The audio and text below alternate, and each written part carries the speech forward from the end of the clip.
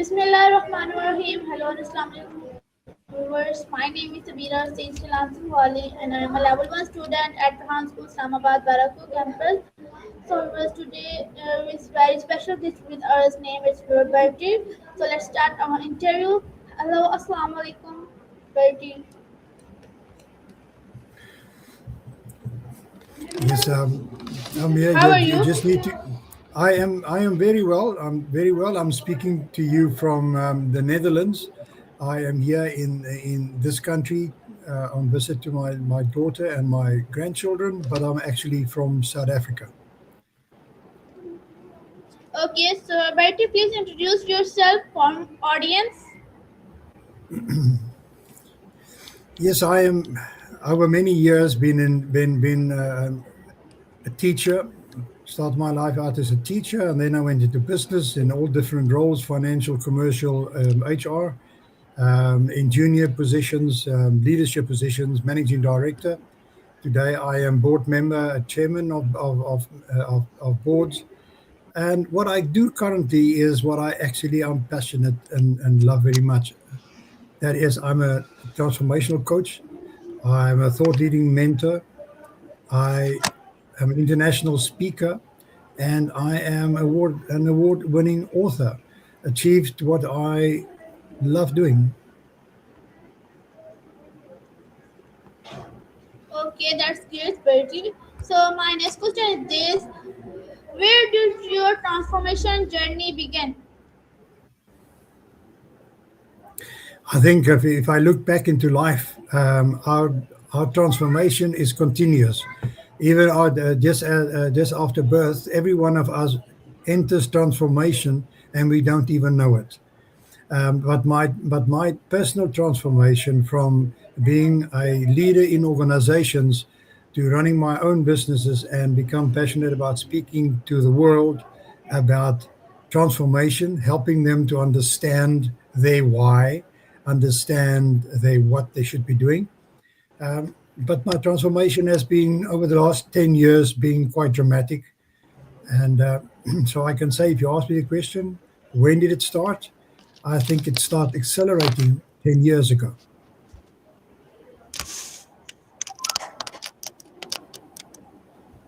Okay, that's great, nice, Bertie. So my next question is this: what does personal transformation mean to you? Personal transformation is, like I said, every one of us grows every day in our thinking and in our beliefs. Um, our beliefs is really what establishes our identity. So the transformation sometimes becomes necessary as we go in life and we start focusing more on what we love doing and what we should be doing, rather than what people tell us what we should be doing. Transformation is really important to every one of us to identify who we really are and why you are, so that you can be transformed by yourself and not by others. That is key, and that is the crux of transformation: is you yourself grow, and therefore you transform. Like a seed, you plant it, and it transforms itself until it shoots above the ground and eventually bears fruit, and me and you eat the apple. That is transformation.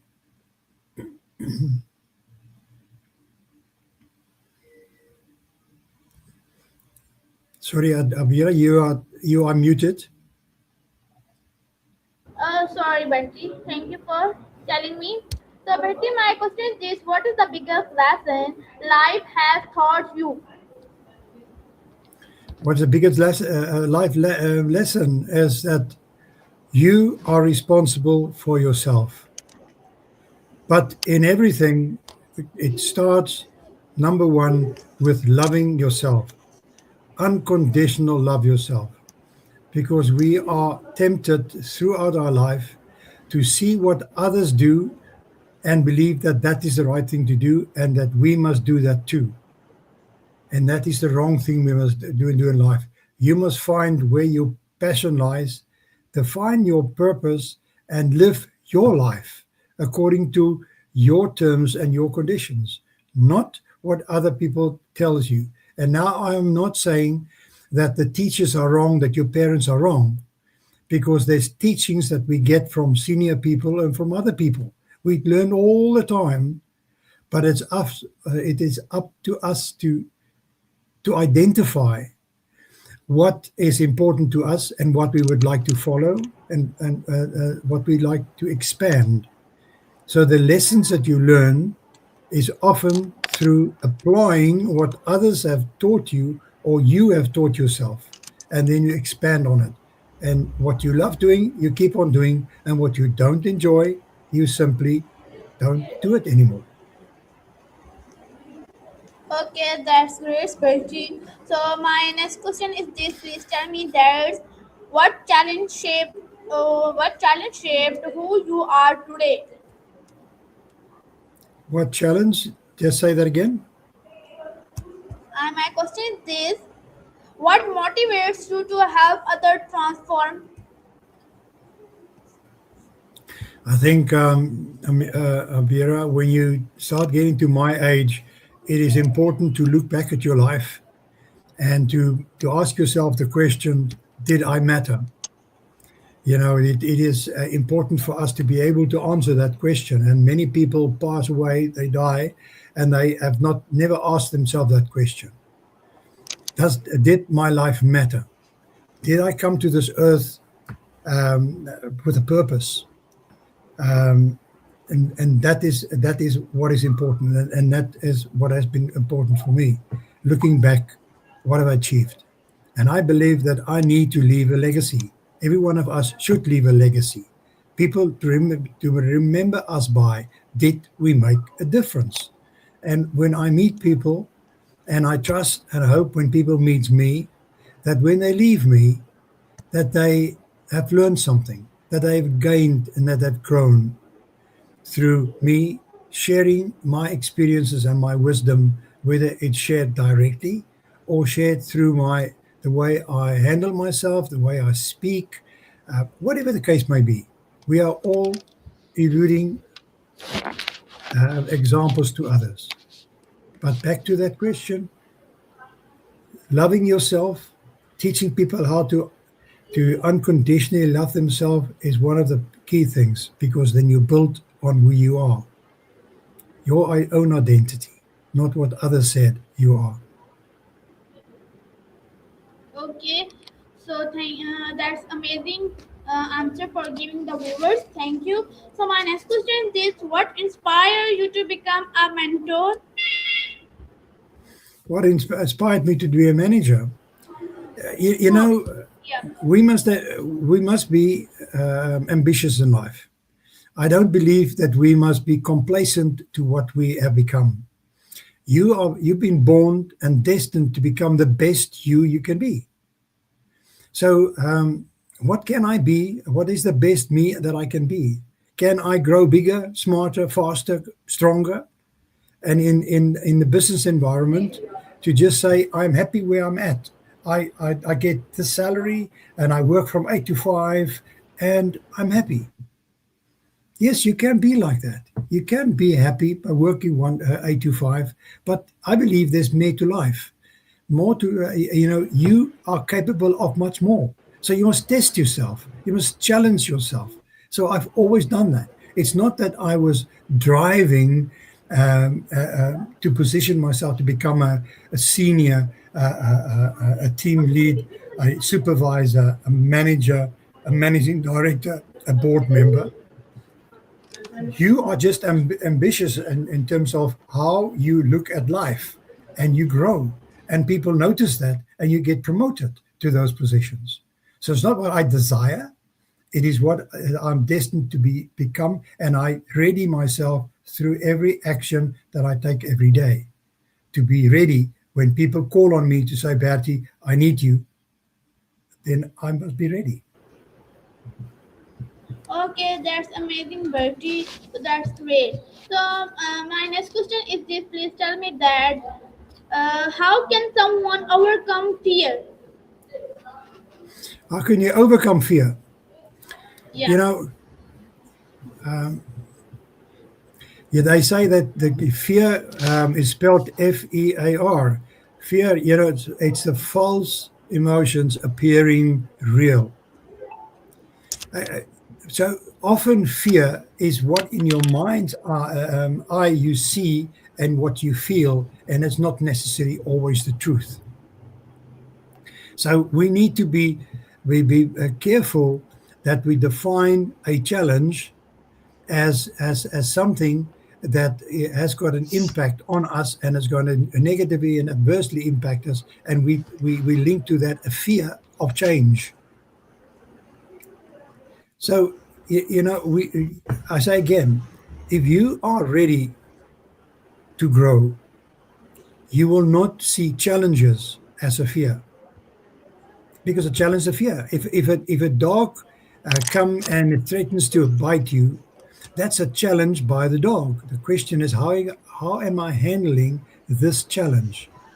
So when that, and in myself, I will experience fear, and then I can fight, as they say, or I can fly, can run away. So fear addresses by fight or flight. So fear makes us ready to take on challenges. It is your body readies itself for a fight or a flight. But understand, not all fears are real. You create the fear sense in your mind. Understand that too. Otherwise, everything it is responded by fear. Don't see it as a challenge and as a learning opportunity many times. Most of the times in life, it's a learning opportunity. But we say we respond to fear because I'm going to lose my job, or somebody's going to take my food, or somebody's is taking my purse and taking my money. Understand it's a challenge. How you handle it is what's important. Okay, that's great, Bertie. So my next question is, what role does mindset play in success?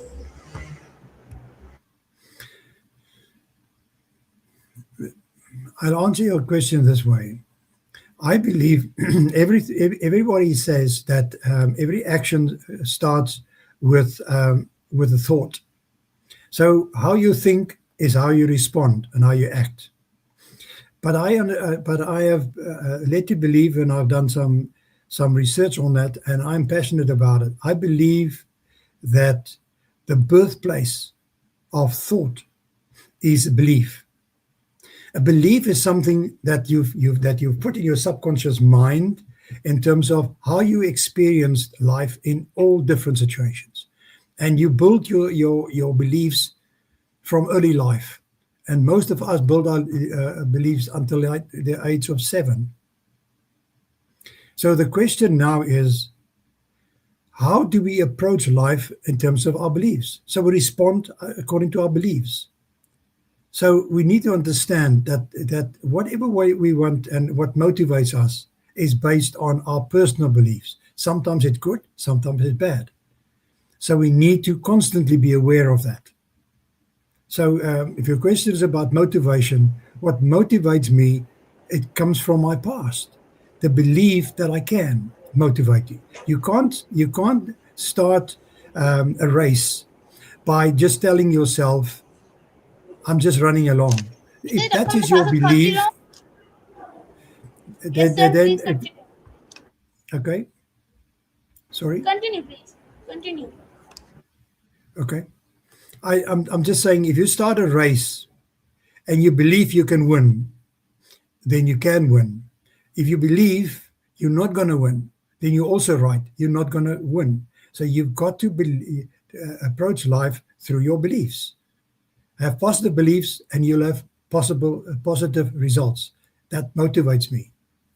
How I think is how I respond, and I understand that. This little voice here on the shoulder, this little voice tells me, and I believe it. And if it believes I can, then I can. Okay, that's great, Bertie. That's amazing. So my next question is, what transformation success story impact the most? Sorry, say that again. Just say that again, please. Okay, my question is that what transformation success story impact the most? I think I'll give you an example of my personal success story, um, which one could define as transformational, but it is actually more a belief that changed and directed my life. When I was 16 years old, I had a hip fracture. I hurt my hip, and the doctor said by the age of 25, I will be on walking support. It was a tough decision because at that stage, what I did, what was my first love and my only love was sport.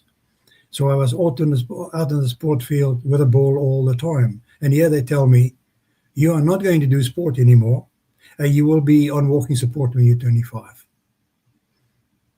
I believed that that should not and could not and is not going to be true for me. That I will fight this and that I will change that prognosis to the better.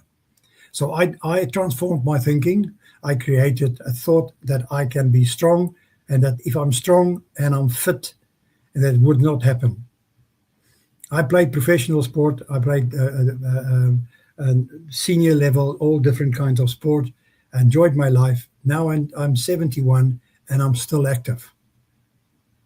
So that the whole belief transforms how you lead your life, because your beliefs create your thoughts, and your thoughts create your actions. Thank you. Okay, now that's great, Bertie. You give me the answer is very good and very attractive. That's amazing. So I move my next question. My next question is this: please tell me that what is your approach to coaching? What is my approach to coaching? Yes. Okay. I think, there's different forms of coaching. So I will generalize my answer as far as coaching, because we all know coaching Okay. is important when we do sport. We all have sport coaches when we start, because somebody needs to teach us how best to do the sport and how to what the rules are of the sport. So we understand the principle of sport coaching, but when it comes to life coaching, it's different. People approach a coach to somebody that can help them with managing what they want to achieve, and sometimes what they have to achieve. But that's not where coaching starts. I need to understand what is your beliefs, because if your beliefs are wrong, or you've got contradictory beliefs, in other words, you believe you can't. Now you want me to help you so that you can create it, so that you can. I first, as a coach, need to deep dive into your past and establish what's your belief around this, so that I can start there at the core and change your beliefs. Because if I change your beliefs, you will end up with a good result. As a coach, if you have the wrong beliefs, if you believe you can't win, then I cannot coach you to win, because deep down you don't believe you can. So it doesn't happen, doesn't matter what I do. I can be as good as I am. I can teach you all the skills. I can make you very fit. I can make you very strong, but you still won't win, because in your mind you say, I cannot win. Almost you start believing that I should not win because I don't deserve to win. So as a coach, I coach by establishing the beliefs system of the person I'm coaching. And I'm starting there. If they're not willing to release or to trust me by sharing their past and why they do what they do the way they do it, then I don't coach them. Then I say thanks, but no thanks, find another coach. That's great. So please give me any message for viewers, yeah, any advice related and whatever. Advice about, sorry, Please give me any advice related your coaching, related your transformation, everything. okay. My advice today is that you, first of all, and I've addressed it, you've got to learn to unconditionally love yourself. If you don't love yourself, then you can't love others because you don't know how. So we should start out by spending more time in the mirror. In other words, get to know yourself, get to know me, so that I can establish my why. Okay. And I've just said it now. Why do I do what I do the way I do it? Not what other people tell me how I should do it or my view of what is good or bad or ugly around me. It's me. So that you can say, I am me and I am enough. In other words, I am great and I believe this person. That's the strongest belief that you can create in yourself and the best thing you can do. Spend time in the mirror, get to know yourself, start loving yourself unconditionally, and live the life, therefore, according to your rules and with your vision in mind. Then you will be successful because you are focused. Okay, thank you for giving the precious time and for coming to my show, The Talk Room. Since over this was our interview, I hope you like it. We'll meet the next interview. Till then, Allah, peace, Pakistan, Zindabad.